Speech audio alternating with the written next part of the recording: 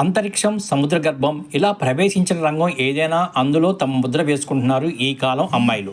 మేధోపరమైన ఉద్యోగమే కాదు, శారీరక శ్రమతో కూడిన పనుల్లోనూ సత్తా చాటుకుంటూ తమను తాము పురుషులకు ఏమాత్రం తీసిపోమని నిరూపిస్తున్నారు. నువ్వు సూర్యుడిలా వెలిగిపోవాలని కోరుకుంటే ముందు సూర్యుడిలా మండడం నేర్చుకో అన్న మాజీ రాష్ట్రపతి అబ్దుల్ కలాం మాటల స్ఫూర్తితో కఠిన వాతావరణ పరిస్థితులు ఉన్న సింగరేణి బొగ్గు గనుల్లోనూ పనిచేసేందుకు ముందుకు వస్తున్నారు మహిళలు. అలాగని వీరంతా అక్షర జ్ఞానం లేని వారేం కాదు. చిన్నప్పటి నుంచి కాయకష్టం చేసిన వారు అంతకన్నా కాదు. ఉన్నత చదువులు చదివిన విద్యావంతులు. గనుల్లో బొగ్గు తవ్వడం పూర్తిగా శారీరక శ్రమతో కూడిన పని.